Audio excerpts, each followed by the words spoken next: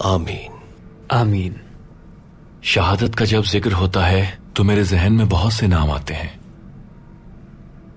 لیکن پتہ نہیں کیوں ایک شہید میرے دل میں بس گیا ہے۔ ویسے تو بہت سے عظیم شہید ہیں، لیکن ایک غریب محزون شہید مجھے بار بار یاد آتا ہے۔ کیا بتائیں گے آپ ان کے بارے میں؟ کون تھے وہ؟ ایک نوجوان صحابی سعد الاسود رضی اللہ تعالیٰ عنہ۔ آپ کی رنگت سیاہ تھی، وہ اس کی وجہ سے مضطرب رہتے تھے۔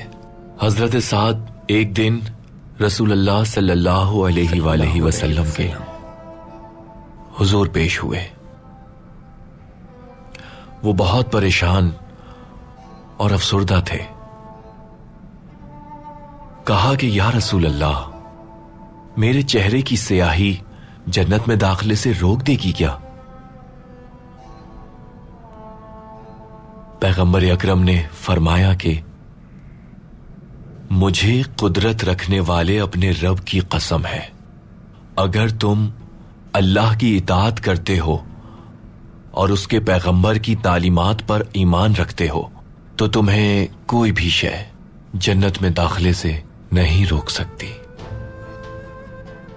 حضرت سعد نے پیغمبر کے سامنے اپنا دل کھول کے رکھ دیا اور کہا کہ تو پھر سارے لوگ مجھے حقارت سے کیوں دیکھتے ہیں یا رسول اللہ؟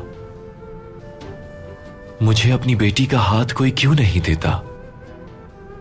پیغمبر اکرم نے حضرت سعد سے فرمایا کہ عامر بن وہاب کے گھر جاؤ اور ان سے کہو رسول اللہ نے سلام بھیجوایا ہے اور انہیں اپنی بیٹی کا نکاح تم سے کرنے کو کہا ہے۔ حضرت سعد پیغمبر اکرم کی ہدایت کے مطابق اسی وقت عامر بن وہاب کے گھر پہنچے،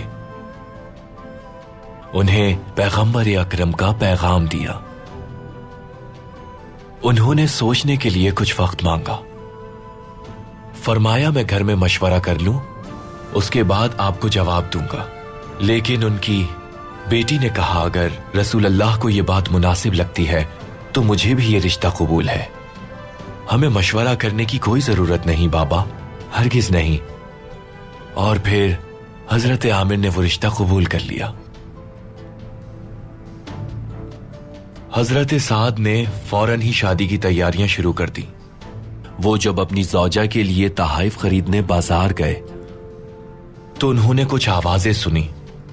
پیغمبر اکرم کا منادی بلند آواز سے مسلمانوں کا محاصرہ کرنے والوں کے خلاف مومنین کو جنگ کی دعوت دے رہا تھا۔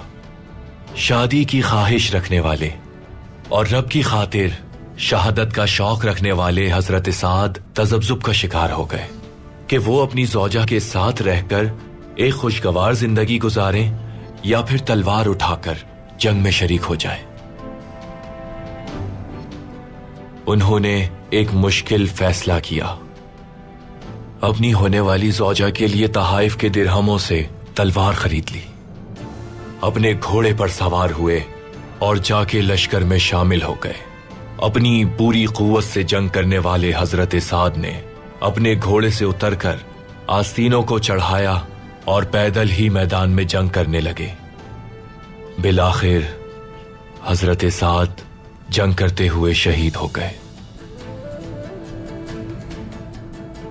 پیغمبر اکرم نے ان کے بے جان جسم کو دیکھا اور افسردہ آواز میں اپنے اطراف موجود لوگوں سے کہا سعد کی تلوار، خنجر، اس کا گھوڑا اور جسد خاکی اس خاتون کو جا کر دے دو جو اس سے شادی کے لیے راضی تھی، اور اس کے باپ سے کہنا کہ جس کے سیاہ رنگ کی وجہ سے تم اپنی بیٹی اسے دینے میں متردد تھے، اس سعد کی اللہ نے جنت میں حور سے تزویج کی ہے۔ شہادت ایک بلند مقام ہے، لیکن شہادت کے مرتبے کے لیے اس کے لائق حیات گزارنا ضروری ہے۔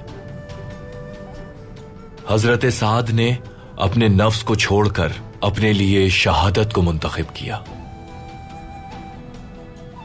اور اللہ نے انہیں شہادت کا عظیم مرتبہ نصیب کیا. پیغمبر اکرم سے انہوں نے اچھی نصیحت حاصل کی. اللہ ہمیں بھی ایسی زندگی عطا کرے اور ہمیں حق کے راستے پہ چلتے ہوئے شہادت کا عظیم رتبہ عطا فرمائے. آمین. آمین.